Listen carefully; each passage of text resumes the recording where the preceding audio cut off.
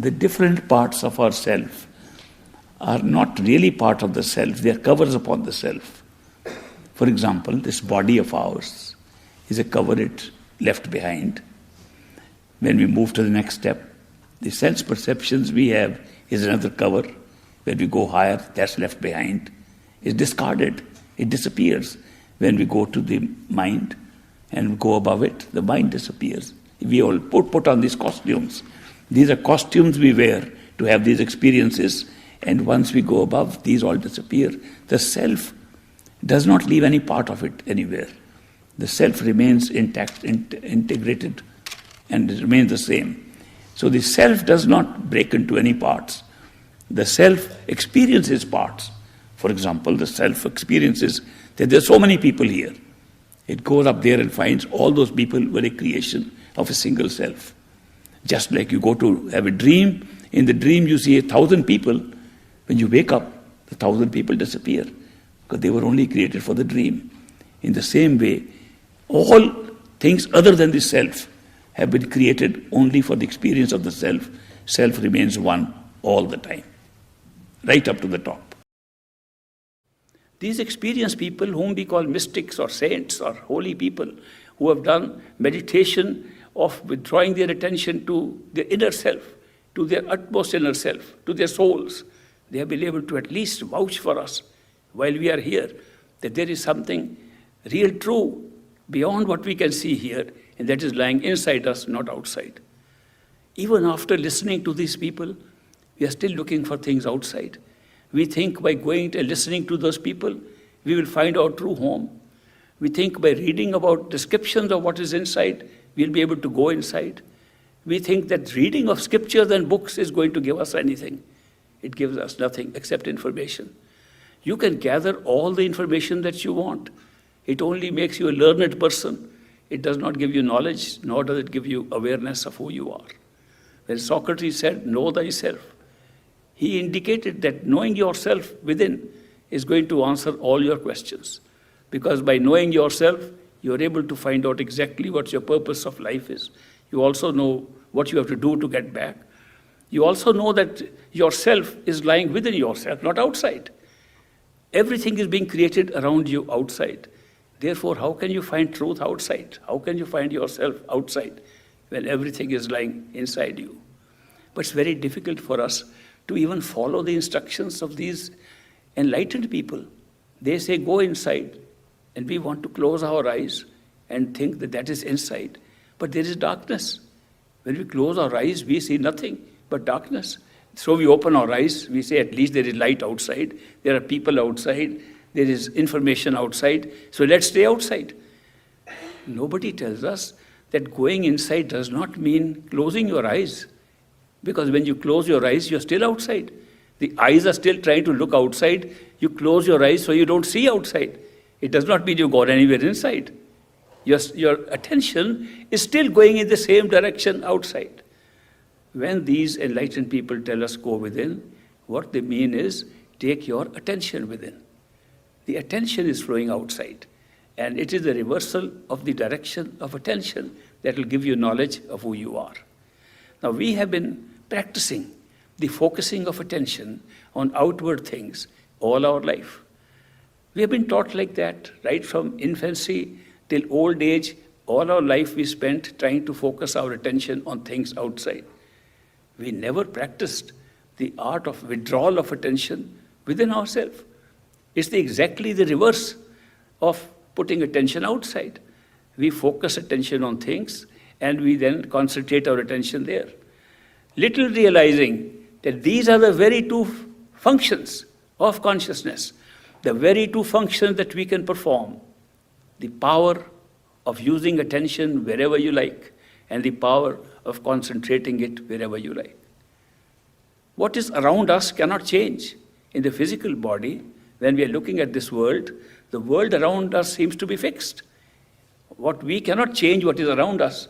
What we can do is to move from place to place, put our attention on different things. Our power of putting attention on one thing or the other exists with us, but we don't change the scene around us. So therefore, what we need to do is to practice the power of attention to be placed wherever we like. And this we can do by practicing the putting of attention on different things and then noticing, can we also put this attention within ourselves? And when I say within ourselves, what does it mean within ourselves? Within ourselves only means within the same place where we are operating from as conscious beings. We are conscious beings, we know we are alive, we know we are thinking, we know we are seeing, we know we have eyes to see outside. Where are we operating from? If this body is just a cover upon ourselves, where are we operating from? Are we operating from our heart? Are we operating from our hands and arms? Are we operating from the eyes? No, if you introspect a little bit, you will find we are continuously operating all our body and our sense perceptions from behind the eyes in the center of the head. It doesn't take long to know if you close your eyes and just say, where am I? If I'm merely a point of consciousness, a point of awareness from where I'm becoming aware of everything, you will find that that place is not difficult to find. It is behind these eyes. It is within the head. It is behind these eyes and between these eyes. It's sometimes referred to as the third eye. It's sometimes referred to as the third single eye. It's sometimes referred to as the point, the nukta. Different scriptures of the world, of every religion, have described that place. They've described the point from where consciousness emanates and goes out and creates our experiences of different levels of consciousness. Therefore, when we say, go within yourself, we are talking of going within to yourself, where your consciousness comes out from. It does not say go anywhere else. It does not say that you have to now find a new place to go to. It only means withdraw your attention to where it is flowing out from. Go back to where you are already operating from. It does not require searching any place. It does not require searching a new third eye center or something. It does not require any other exercise except withdrawing your attention. Where is the inside? If you close your eyes, you can see a dark space. That is all inside you. Looks like inside. Actually, it's not inside, because you're still looking outside. By closing eyes, you don't become inside. You're only looking outside, but you can't see outside because you close your eyes. That is not meditation inside. And why am I saying this? Because my friends are doing it for 30, 40 years. They're closing their eyes and thinking they are inside. They can't see outside because they've closed their eyes. If they open their eyes, they could see. And I give them a little experiment to tell them that you are not looking inside, you're looking outside. How? Because what they do is they close their eyes and make themselves into a little small image. There we are sitting inside. And they're looking upon a little image of theirs and thinking that is our own self, now looking inside. That image is never inside. That image is always outside. So the experiment I tell them is to close your eyes and think if you're inside, then you bring your hands up like this, touch your eyes. You will find by the time you touch your eyes, you already crossed that image which you created and you thought that was inside. It's being made outside. You're trying to make that image with these eyes outside. It's a common error that people make for many, many years, even while doing meditation. And they get no result inside because they never go inside. To go inside requires different kind of activity. So it took me many years to understand even the simple thing about meditation. If we want to find who we really are, we have to disassociate this body from any nature of our own self. It's a house we live in. House with the 6 floors, we're living on the 6th floor. We go and decorate that place. We go and do meditation there. If you're doing meditation with the physical body, you will never go inside. And people are doing it. That's why I've come to share this key elements with you. Other things you all know, books are there. You can read the books. You can hear any number of satsangs. You can know all these things. Everybody knows that. But they don't know the key elements which are keeping them outside. How come I meet my friends who are initiated by the same masters, and they say we have been meditating for 40 years, 50 years, nothing has happened. Why could anything? Nothing is happening because they're not inside. They're constantly looking outside and think something will happen inside. So that is why I will participate with you, and we will do some meditation, genuine meditation, where you will have an experience of what it means to be inside. And then from there you can go further. The whole object of meditational experience is to get to know what is inside us, and can we sustain that inside experience. So when we use imagination, we can imagine things happening. That's good. It's a good starting point to start putting your attention from outside to inside. But it is not good enough, because you are still using a space between yourself and what you are seeing. And therefore your attention is not on the self. The attention is on what you can see with your imagination. It is not on the self.